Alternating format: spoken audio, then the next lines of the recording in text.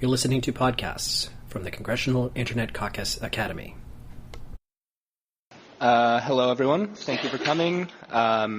This is a Congressional Internet Caucus Academy panel on the South Dakota v. Wayfair decision that came out just a few short weeks ago, and was actually one of Justice Kennedy's final decisions before his retirement. We want to thank the Congressional Internet Caucus, which is hosting this event in conjunction with the Academy. The co-chairs on the House side of the Internet Caucus are Representative Bob Goodlatte and Representative Anna Eshoo, and on the Senate side are Senator John Thune and Senator Patrick Leahy. This briefing is the second in our SCOTUS Tech series, which explores how the nation's oldest and highest court deals with massively disruptive, constantly evolving technologies. We'll have another event on July 23rd, which will be discussing generally how the Supreme Court is engaging with technology now and how it will continue to engage with technology policy issues in the future. Feel free to use the hashtag SCOTUSTech throughout today's discussion, and we hope you'll join us throughout the rest of the summer. So briefly, I would like to introduce our panel today. So on my right, we have Amanda Keller from the International Municipal Lawyers Association. We have George Isaacson, who is from Brandon Isaacson, argued the case for Wayfair in front of the Supreme Court, and is also counsel for NetChoice. To his right, we have Jennifer Platt, who is from the International Council of Shopping Centers. And finally, Mike Dabbs from eBay. So I want to thank you all for being here, and we're looking forward to the discussion. So before we start, I'd like to just give a little bit of brief background on the decision. So South Dakota v. Wayfair stems from a South Dakota statute passed in 2017, which would allow the state to compel online retailers to collect state sales tax on sales made to South Dakota residents.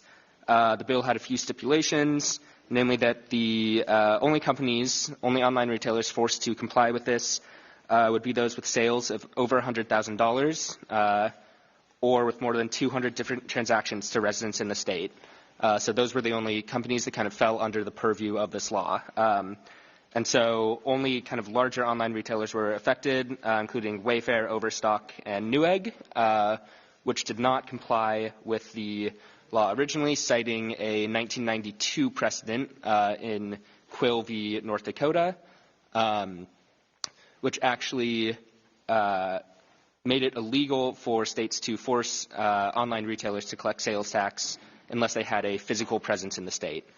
So this essentially has allowed e-commerce companies and online retailers to avoid collecting state sales taxes, although consumers who shop online are still technically required to pay a use tax when they shop online. However, that has a pretty low compliance rate. So this has been kind of the status quo as the e-commerce ecosystem and internet retail ecosystem has developed and grown. But this decision actually overturns that and ruled that Quill was wrongly decided, and now this South Dakota statute has been upheld. So Justice Kennedy wrote the majority opinion, joined by Justices Thomas, Alito, Ginsburg, and Gorsuch, and Chief Justice Roberts wrote the dissent, joined by Justices Breyer, Sotomayor, and Kagan. So kind of implication is that states and municipalities now are moving into an era where they have the latitude to pass their own internet sales tax statutes, which will force online retailers to collect that sales tax. So with that background, I'd kind of like to jump in the discussion and ask each of you kind of what are the immediate implications and consequences of this decision for kind of each of your sectors. So we have online retailers, municipal governments, shopping centers, brick and mortar stores.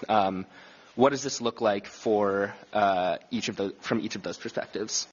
I can jump in here. So I think to understand what this looks like for state and local governments, it's important to take a step back and understand what Quill did what the effect of the Quill decision was on state and local governments. So Matt touched on this, but one of the most obvious impacts was states and local governments were unable to collect the sales and use taxes for many years, and estimates sort of varied as to how much money was at stake here. But even on the low estimate, we were talking about something like $8 billion a year of lost revenue to state and local governments. The high estimates was up to $30 billion a year. So we're talking about a huge amount of money that state and local governments were losing out on. And this was, again, taxes that were owed. It's just that consumers didn't understand that they had to be paying these use taxes. I think the collection percentage is something between 0 and 4% of consumers would actually pay a use tax. So now that the decision, that the Quill decision is overturned, that's money that in theory is going to be collected by state and local governments now. Now, as to whether that will happen immediately, I mean, I think it's going to take some time for those laws to go into place. Quill and the decision before it, Bella Hess, was the law of the land for many decades. I mean, really, we're talking about 50 years or so. So states are going to have to enact their own legislation here. South Dakota very specifically drafted this legislation to overturn Quill. Not every state has legislation that's teed up like that.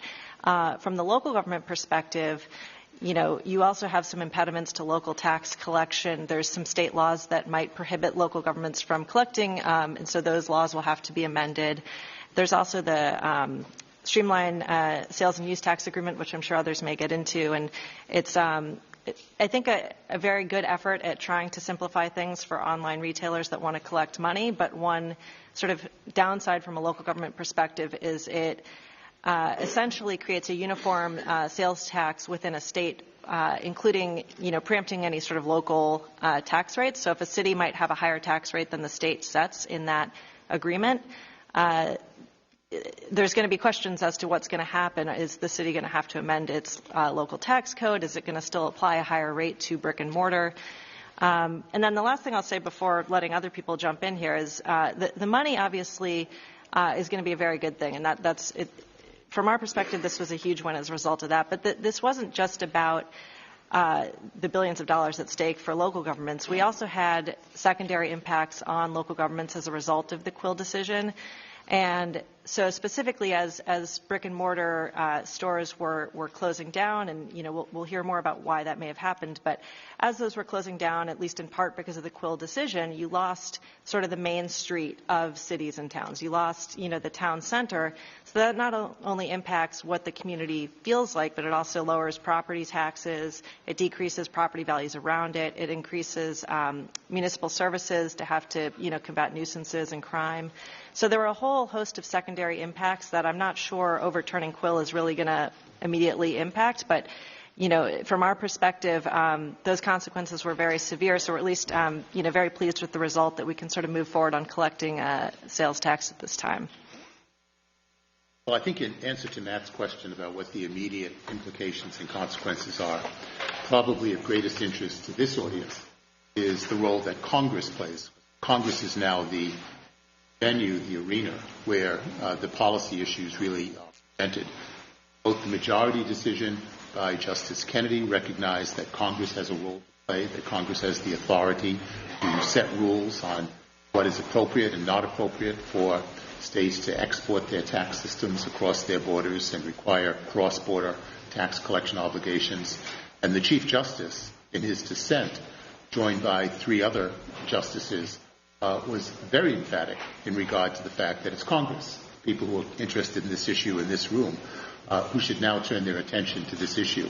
I want to quote a few sentences from the Chief Justice's dissenting opinion. He said that any alteration to the rules with the potential to disrupt the development of such a critical segment of the economy should be undertaken by Congress.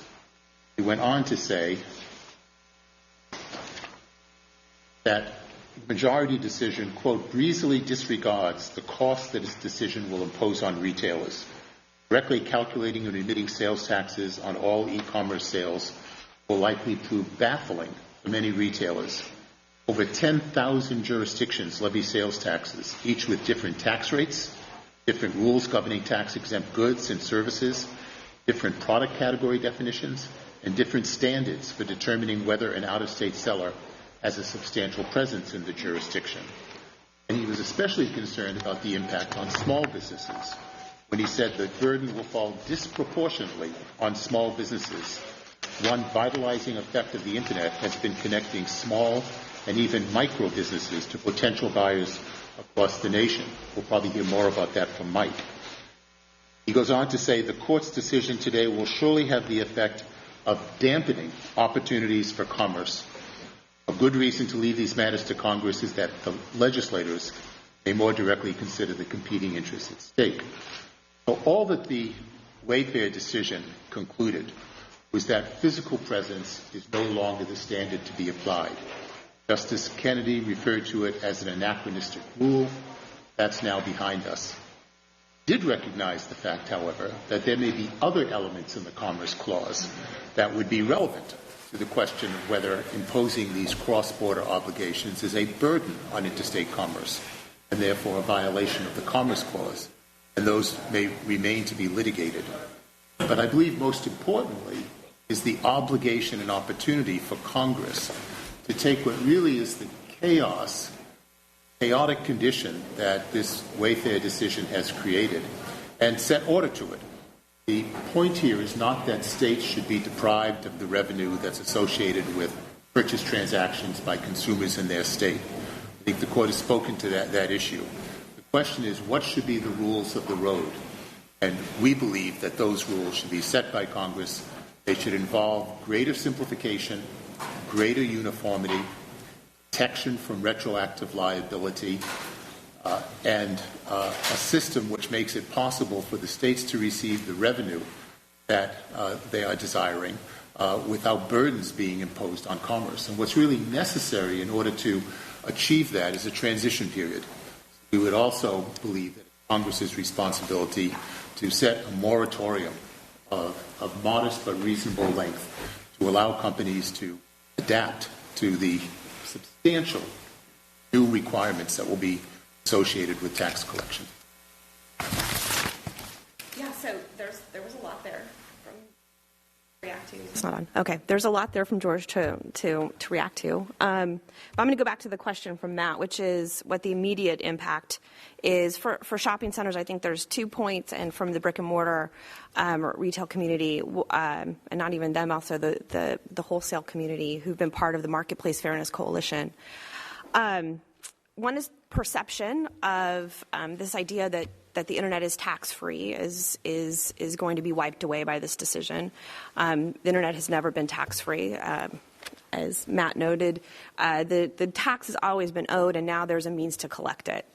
And the second one is, I think, a functional one, which is we have seen hurdles to entry into the physical market. Actually, I take it back. We have seen a lot of online sellers moving into the physical marketplace because there's a recognition of that multi-channel retail is the best way to reach your customer base.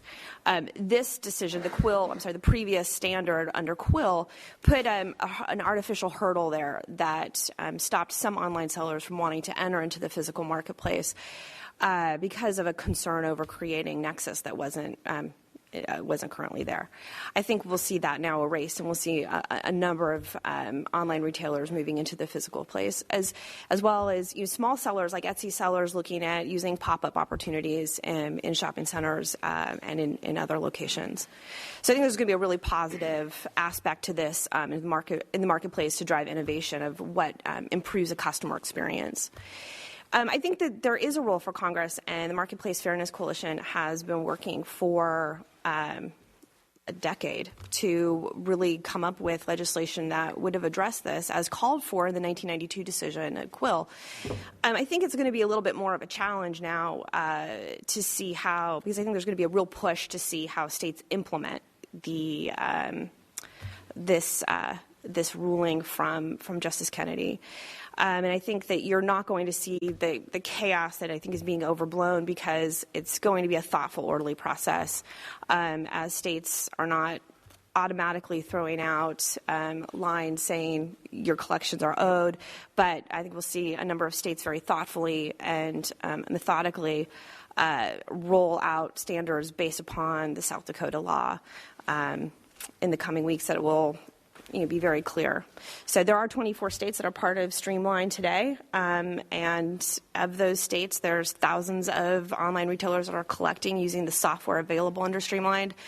So it's already being done. It can be done, and I think we'll see it happen smoothly across the board. Thanks. So I'm Mike Dabbs from eBay. Thanks for holding this discussion. Obviously very, very timely, very important now and post Wayfair for Congress to act.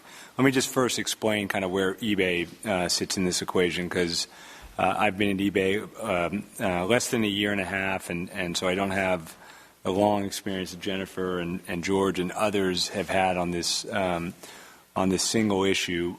But coming in a year and a half, it is apparent how much, I think, misunderstanding around the mechanics of how a lot of this works practically, and just certain state laws should not be underestimated as we all go through the next process. eBay is not a retailer. eBay is about 23 years old now, has always been since day one, a 100% pure online marketplace, meaning that nothing on eBay's site that you buy or sell does eBay own. We don't have any inventory. We don't have any warehouses.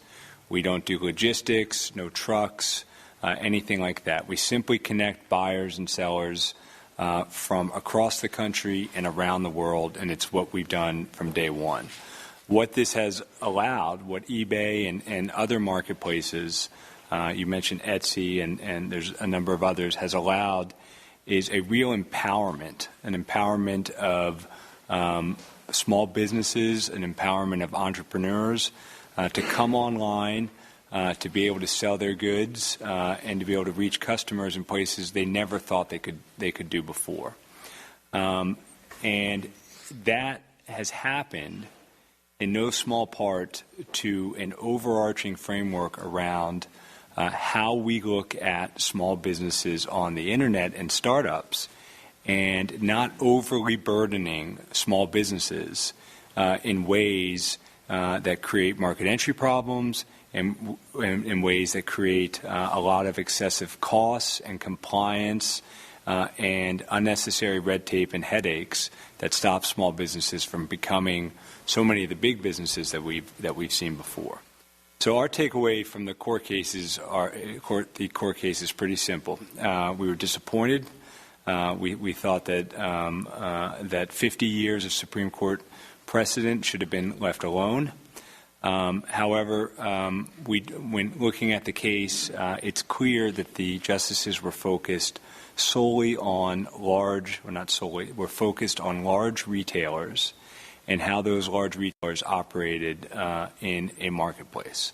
What we were encouraged by was Justice Kennedy and the majority opinion being very clear that small businesses under a Commerce Clause interpretation, and as we look to a Due Process Clause interpretation as well, are completely different than large retailers. eBay, there's about 6 million sellers on eBay in the U.S. A lot of those are you and I that are just trying to sell old bike parts or an old camera or whatever.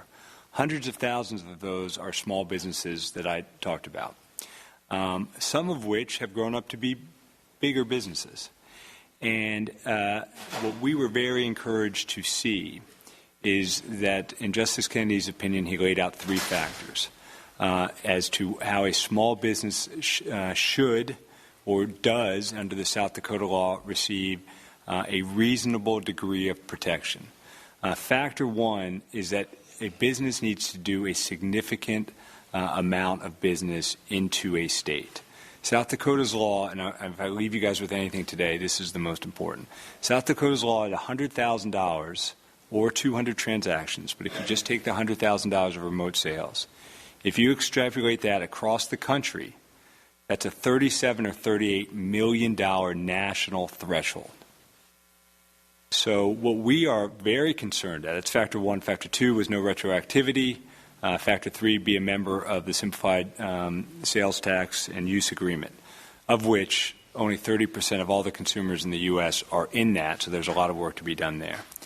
But when we look at that reasonable degree of protection, what we're very concerned with other states, because South Dakota, a very small state, only 4 states are smaller than South Dakota, that other states try to come down to that standard, rather than look at the standard of what the justices said, which is a number that should be big enough to keep small businesses out of this equation so that they're not subjected to 10,000 different taxing jurisdictions across the country.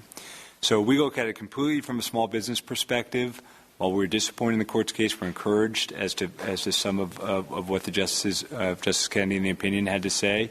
But it's clear that it's time for Congress to act, and I know we'll talk more about that. Definitely. Thank you all for those perspectives. I think one thing that we should touch on, and was touched on a little bit in those comments, was kind of the next steps for state and local governments. So this is more for Amanda and Jennifer. And Jennifer, you mentioned that this isn't going to be quite as chaotic of a process as some people are claiming or predicting, and that these states and municipalities will kind of have a thoughtful approach to passing these laws that may mimic the South Dakota statute. I think one of the questions around that is even if each of these states and local governments kind of has this thoughtful process in creating these laws, just the sheer number of these governments could lead to chaos despite the best of intentions, I think. So kind of how do you react to that argument that even with these really good processes and this kind of precedent with South Dakota's law, like some states and municipalities might be trying to lower those thresholds or kind of have different legislative features in their laws. So how do you react to that? I think that the Supreme Court provided a pretty clear pathway for states to look at South Dakota. And I think that Mike did a great job of outlining what those standards are for other states. And we expect that, one of them is they complimented South Dakota on being part of the streamline and sales and use tax agreement, which provides a lot of simplifications. It provides, one collection point. I mean, so there's some, I think, important simplifications that often get missed. As we had been working on legislation such as the Remote Transactions Parity Act, that would have taken the 10,000 jurisdictions and made it into 45. So there have been a number of simplifications that have been suggested, and I think the Supreme Court provided a really clear pathway for states to follow, and we'll be encouraging states to do just that. Will they? It's really now the states' rights to question that needs to be challenged, and there may be, and I fully expect there will be litigation that pushes on various states. I know there's been some, I guess, rumblings about California, for instance, and so there may be additional litigation that comes forward to provide additional clarification, but we'll be encouraging states to follow what the Supreme Court suggested. Matt, if I could comment on both Jennifer's comments now and in her earlier comments. She stated that she thought there was an orderly process the states are following, but the experience that we are observing is that there is, in fact, considerable confusion and chaos. So, for example, some states are applying their laws retroactively. So states like Massachusetts, Hawaii. Massachusetts is going back to October 2017, even though the decision was decided in June of 2018. Hawaii is going back to January 1 of 2018. So a real issue is the retroactive application of state mandatory tax collection laws. There are other states that said we're starting our obligation on July 1. So states like Kentucky and Vermont and Mississippi, totally unrealistic for companies to be able to not only acquire the software, but to integrate the software and develop the compliance structure for doing so. So the states have been unsympathetic to the issue that this is a matter that requires a grace period before its implementation. Congress can step in and address that issue. Congress can establish a moratorium, a transition period. Congress can enact legislation that would protect companies from retroactive liability. And that's why the real arena for the next step is Congress. I'm pleased to hear that Jennifer feels that things like mandatory, streamlined participation should be a requirement under the Commerce Clause. Congress can make it a requirement, thereby avoid the question of litigation to determine whether that element of the majority decision, in fact, is mandatory or simply precatory. Really cries out for clarity. And I don't see where either the states or big box retailers or electronic merchants and catalog companies in any way are disadvantaged by clarity that would result from federal legislation. Can I just jump in on one thing you said, George, and that's the idea that there's, going to be chaos in the implementation here and that we need a moratorium. And forgive me because I don't remember the name of the fourth defendant in the South Dakota case, but remind me who that was. It's SystemX. Thank you. So, if I recall correctly, SystemX was in this lawsuit and, South Dakota sued for declaratory judgment, and they said, okay, we'll comply. And I could be wrong on this, but I think my understanding was that they started complying essentially overnight. And so I realize that your response may be, well, they're a huge company versus the small businesses that we're concerned about here, but it is possible for companies to start complying, particularly with the streamlined sales and use tax agreement. There's software that's available that's paid for by those states, and it's not perfect yet, but I think the idea that we would need a moratorium here is pushing the envelope a little bit too far. Well, let me clarify the record. First of all, what SystemX agreed to do was to start paying the tax, not collecting the tax. When Wyoming passed an identical law to South Dakota, based upon the experience I had in South Dakota, SystemX said, we need 6 months in order to implement that system, and Wyoming agreed to give them a 6-month grace period. And so even a large company like SystemX needed a transition period in order to collect. Think what that means for smaller companies, mid-sized and small companies, that neither have the accounting staffs, the software, the integration, and especially as we are now entering fourth quarter, which for many direct marketing companies is their major quarter for sales. For them to have to carry the burden of dealing with this issue at the same time that they have their major retail sales period is not practical for them. And they will end up not properly complying and conforming, being subject to assessments, and having liabilities that they did not anticipate and which could have been avoided. Can I also just, one of the biggest concerns that we have is that in the rejection of the physical presence rule, that states are now, empowered in ways not absent of what the court has said, to start to require businesses that have no physical connection to that state to do the collection and remittance for those sales. And the concern about that a lot of times is that it goes back to the old kind of tax adage of don't tax you, don't tax me, tax the guy behind the tree.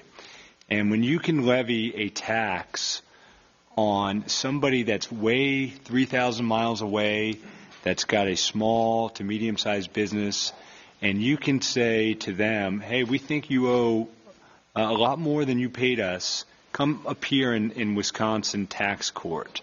It makes that dynamic of out-of-state jurisdiction, cross-border reach, really, really scary. And I think that when we look at Wisconsin, what they've come out and said, because Governor Walker wanted to announce that there would be a tax cut, is that because of the additional revenue from remote sales tax purchases, that Wisconsin residents will get a corresponding tax cut.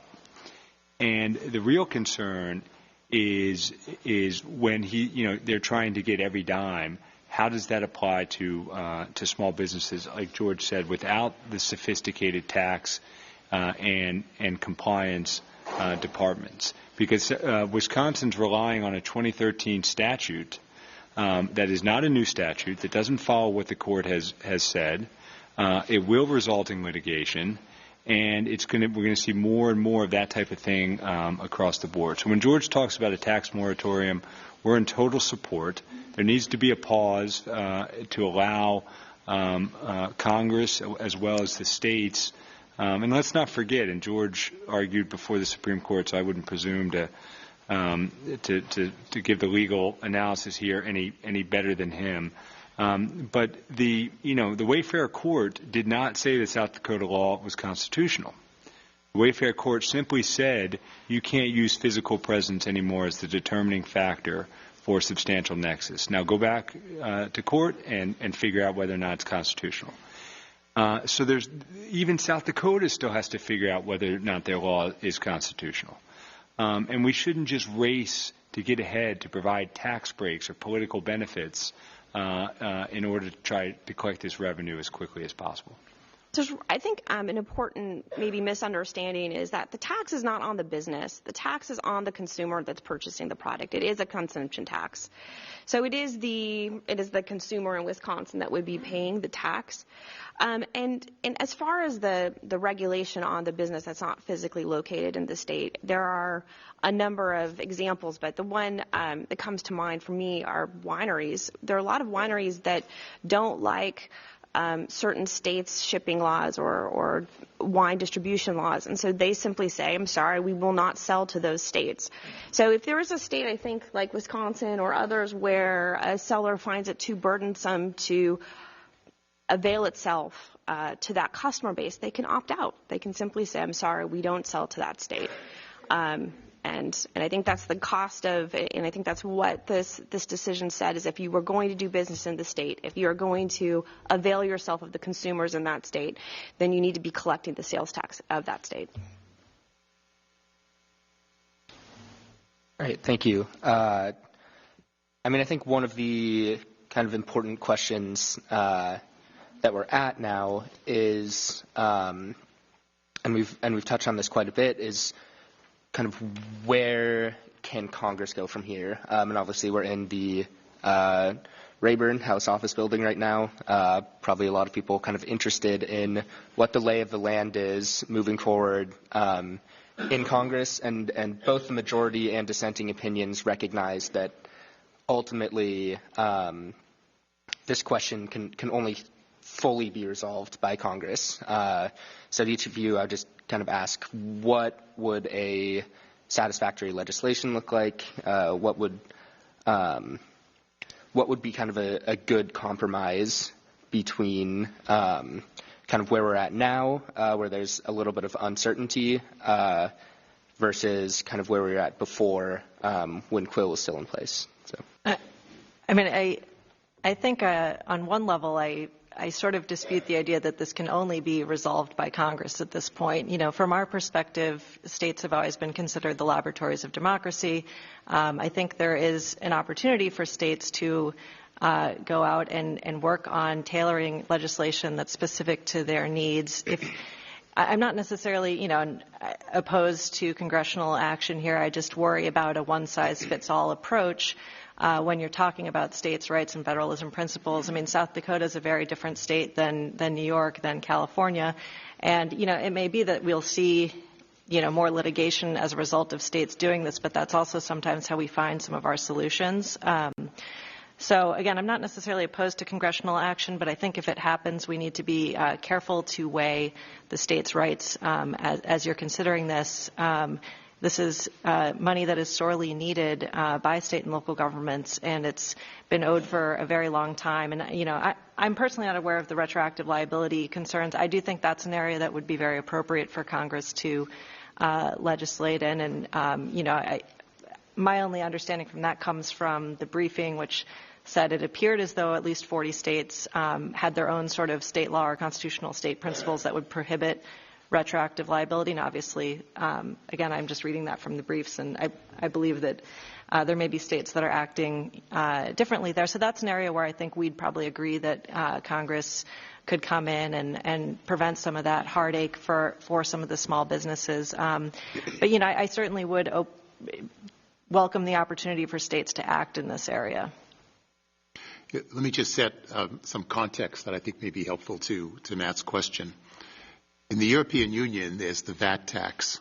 And the European Commission, which is the executive arm of the European Union, came out with a study that said that requiring companies to comply with 28, soon to be 27, different VAT regimes was in fact a burden on commerce among the European Union states, and that it was suppressing the development of cross-border sales electronically, and proposed to instead simplify that system and have it be administered in a base state system, quite similar to what we have in this country and Canada in the International Fuel Tax Agreement. So you take 28 jurisdictions that were too complex in Europe, and you compare that to the 12,000 jurisdictions that we have in the United States, and it cries out for action to simplify that system. The quid pro quo here should be that if states are going to be able to export their tax systems across state borders, as well as municipalities and home rule jurisdictions, there should be simplification. So in direct answer to your question, Matt, what should federal legislation look like? It should act quickly to protect against retroactive liability. It's interesting, in those 40 states that joined the Colorado brief that you're mentioning, they did not disclaim retroactive liability, but said each state would have to decide that issue themselves. That's a pretty threatening concept that direct marketers are seriously concerned about, and some states are acting in that adverse direction. Congress should act to say no retroactive liability. Congress should act to establish a moratorium.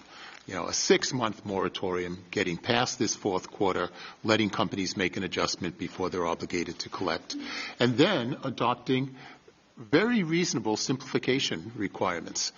In addition to those items that are part of the streamlined sales and use tax agreement that Jennifer has referred to and Mike has referred to, rate simplification should be part of this. One rate per state for all remote commerce simply makes sense.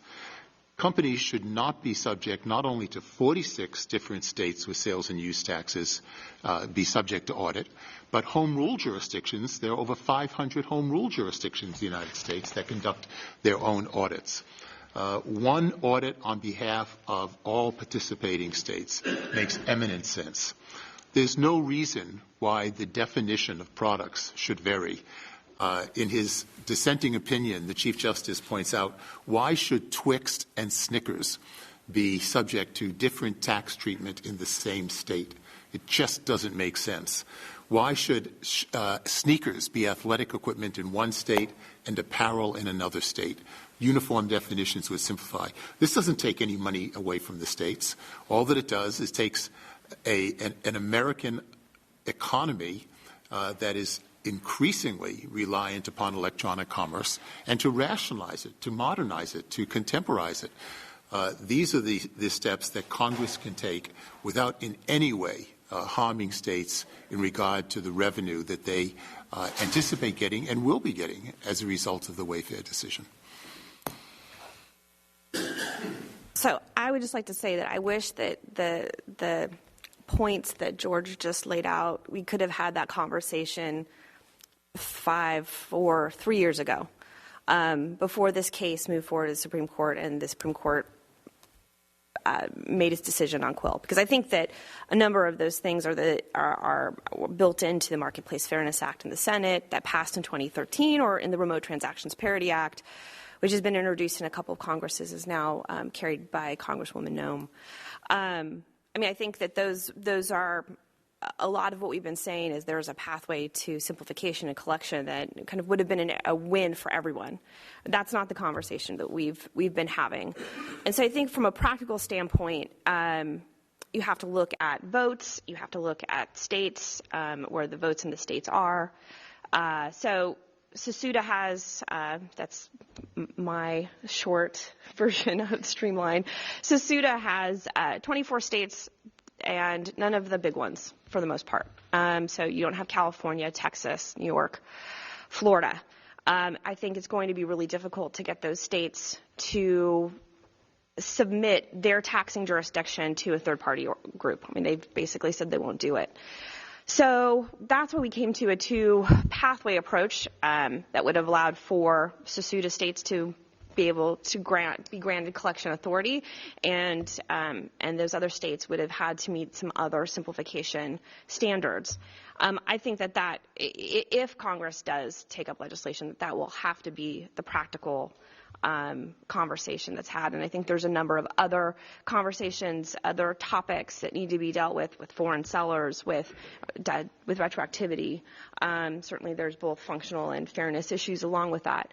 But I can tell you for the Marketplace Fairness Coalition, our membership is split at this point. We do have members that would like to see simplification, and we have members that believe that the states should have the ability to move forward and implement their own laws using their restored rights under Wayfair.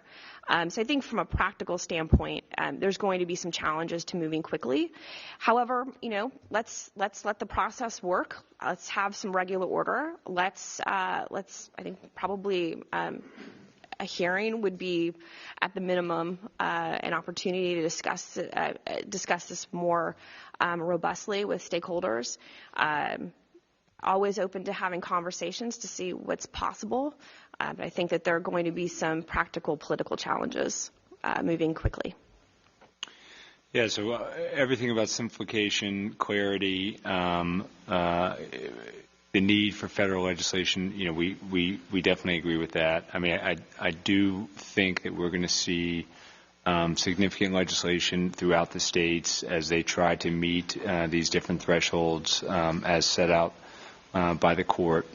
The one thing I would add on is what the Marketplace Fairness Act and the Remote Transactions Parity Act both fail to do, among other things, is a real small business exemption like South Dakota that truly protects those small businesses that are starting up, getting off their feet, and building a business that we see on eBay and we see across the country every day. $1 million, it's like the Austin Powers movie where he's like $1 million, right? And everyone laughs. Well, we kind of look at that from a business perspective and say $1 million small business for national sales. We have businesses on eBay that have 3 employees. They're taking home $40,000 a year, and they sell $1 million in sales. It's not an accurate depiction of a number. And to date, no one's ever been able to give us any data as to why $1 million should be one. Now we have a standard, right? South Dakota is at a 37 million national standard.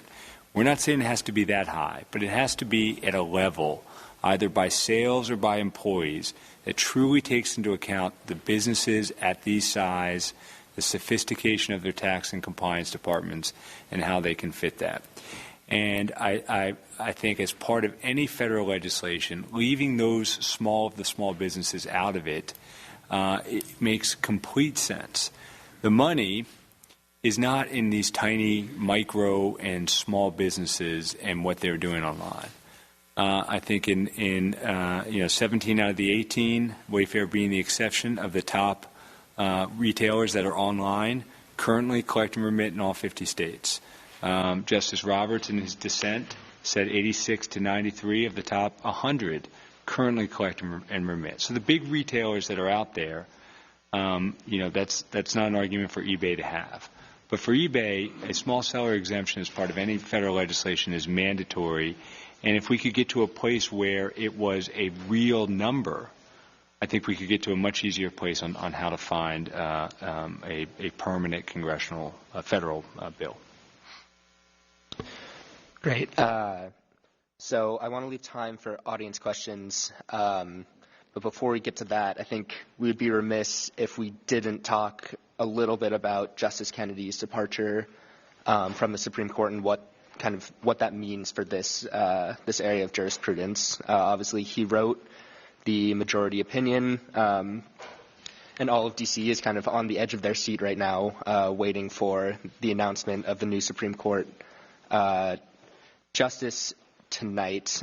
So kind of with Justice Kennedy's retirement, if there's more litigation in this area and it gets to the Supreme Court, what kind of effect will his retirement have?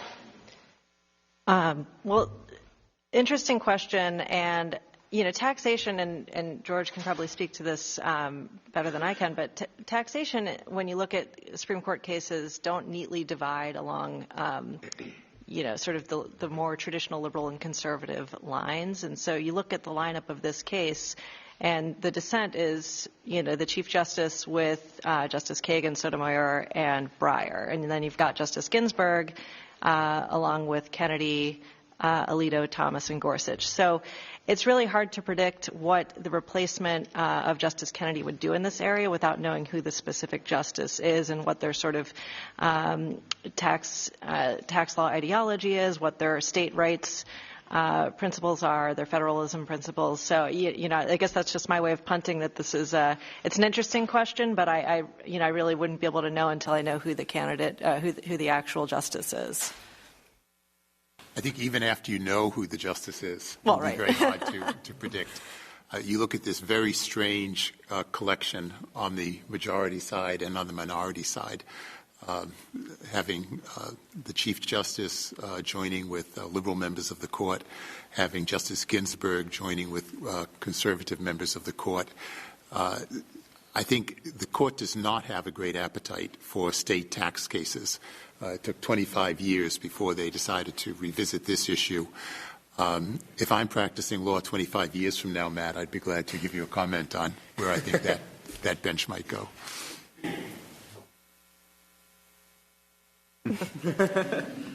Thank you. I'll just say it would have been a whole lot better if Justice Kennedy had retired 10 days early.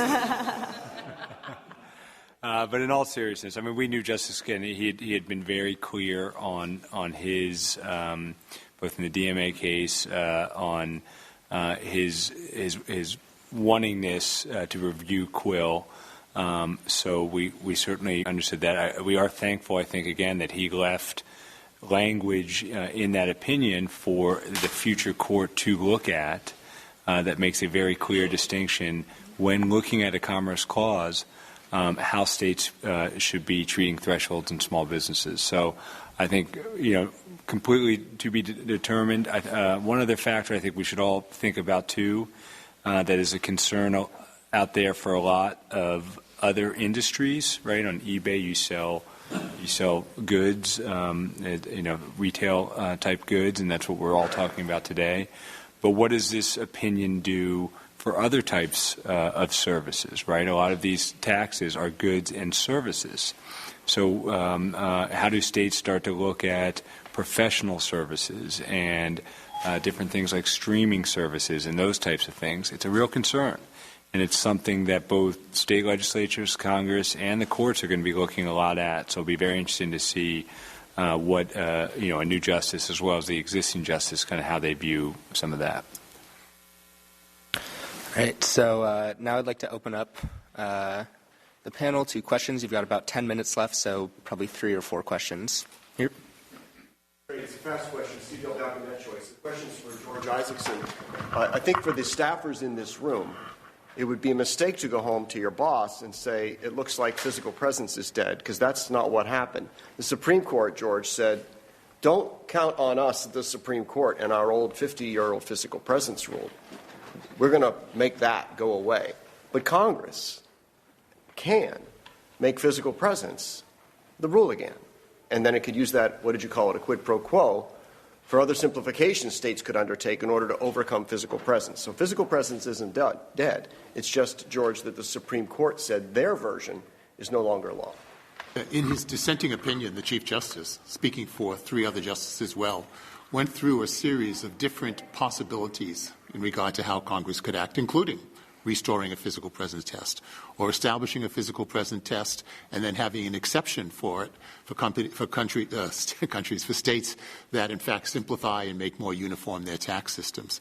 And one of the things which I'm encouraged by and agree with Jennifer on, it's time for industry, the states, the big box retailers to really have a serious conversation about what an American consumption tax system should look like. And the issue isn't whether the states should be deprived of revenue. The issue is how can you simplify the tax system to make it work for all of the participants. And, I would hope that the panelists on this table, the people who are attending this committee hearing would see congressional action as an opportunity for that kind of discussion followed by real action for greater simplification. Another question? Right here. What do you think the impact of this court decision will be for small retailers outside the U.S. but that sell into different states in the U.S.? That is a really good question, because the result of the Wayfair decision, if what it has done is liberate states to be able to tax without rules, which I hope that is not how Wayfair is interpreted, but at least some states are viewing it that way, that there is no restriction on them. States can enforce tax liability through the full faith and credit clause of the U.S. Constitution, but there's no way for them to effectively enforce those requirements on companies outside of the United States. So the real effect of Wayfair is to advantage companies that are located in Canada, or for that matter, located in Hong Kong or located in the UK, because the U.S. Customs will not intercept goods for the purposes of enforcing state sales and use taxes. And so it really is an action by the Supreme Court, probably inadvertently, to favor foreign competitors over U.S. companies. Over here. Question for George and possibly Mike. Your comments have been focused mainly on the sales and use tax collection obligations that small businesses are going to have to shoulder. Do you see any implications from the elimination of the physical presence test for other types of, let's say, local business obligations that localities may try to export to non-resident sellers, such as business license taxes, which many times are based on gross receipts, or some other type of business regulation that may be exported? So is your question, Mark, whether the Wayfair decision has implications for other kinds of taxes and regulatory obligations? I'm not thinking about like state income taxes. I'm thinking about more like local business licenses. Absolutely. There's a brave new frontier here. Historically, sovereignty has governed what the scope of state regulatory authority is, that states can tax and regulate companies located within their jurisdiction but not outside of it. What Wayfair has really introduced is the notion that as long as companies have some kind of contact with the state, they may be subject to regulatory obligations. And in fact, tax collection is a regulatory obligation, not a tax obligation. And we don't know what the limits of that are, and I fully suspect that states are going to attempt to export that. California already says if you want to sell eggs in California, we're going to govern what size cages your hens in Ohio have to be grown in. There may be no limit to the ambition that states have to regulate companies outside of their borders. I'll say I do think there is a market limit to it, right? So if you don't want to sell eggs to California, then don't sell eggs to California. But it is a big market, right? So if you want to avail yourself to that market, then you'll live by their regulations. And that's a market decision. It's a business decision. If I think licensing or you kind of go down a rabbit hole like that, you don't do business there. I mean, and that's, but I don't know that that's something that's even been discussed. I haven't heard any discussions of that. I think that states are so excited about getting this authority, they're not contemplating any kind of expansion of it into, like I said, into some rabbit hole. But I want to remind you, Jennifer, that the purpose of the Commerce Clause was to create a free market among all the states. So when your reaction to issues of taxation and regulation are, if you don't want to sell to those states and be subject to their regulations, don't sell, the effect of that is to constrain the market, which is antithetical to what the objective of the Commerce Clause was. And let me, if I could also just add to that, I mean, we should all take a step back and think, do we want a functioning national economy where you don't want to sell into California? I don't think there's a lot of egg sellers on eBay, but I'll check after this. But let's say you don't want to sell a specific type of electronic or a specific type because you are over-regulated. But an import from China, which is not subjected to the same thing, easily gets in. I don't think that's the type of functioning national economy that any of us want to have. And I think as we go forward to your question to like the next phase of this, we should really be thinking, because our ability to get, as George pointed out, to those foreign sellers is completely different than to the domestic sellers, and it can get into a whole lot of different very sticky issues. And I agree. I think that we have, speaking for ICSC, we have significant concerns about foreign sellers. I think we can all join together to have that conversation, and perhaps a more constructive dynamic under the Wayfair standard. All right. Looks like we're about out of time now. I want to thank you all so much, and thank you for coming. This has been Congressional Internet Caucus Academy briefing, and we will have another one upcoming on July 23rd. So thank you all for coming. Thank you.